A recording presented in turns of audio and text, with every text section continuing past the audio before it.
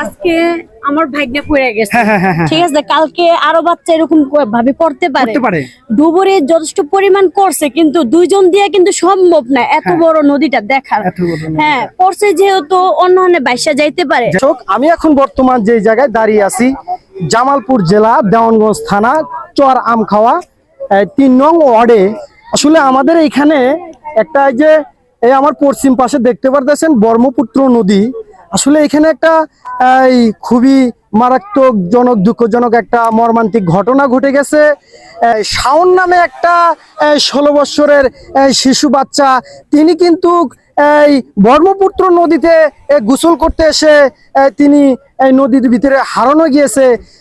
আমাদের কিন্তু already fire সার্ভিসের লোক এবং ডুবারুরা এই প্রায় 10 থেকে 12 ঘন্টা তারা যথেষ্ট পরিমাণ চেষ্টা করছে এই শাওন নামে 13 বছরের বাচ্চাটাকে খুবই খোঁজাখুঁজি করার পরেও আমাদের কিন্তু ডুবারুরা খুঁজে পায়নি।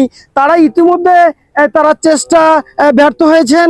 তারা এখন বর্তমান তারা চলে গেছেন। এই যে আমার পাশে দেখতে পারতেছেন অনেক দর্শক, আমি আসলে তাদের মুখ থেকে শুনবো যে এই যে 13 বছরের যে শাওন, সে কিভাবে পানিতে হারিয়ে গেল। 16 বছর এক আপু বলছেন তার বয়স হলো 16 বছর।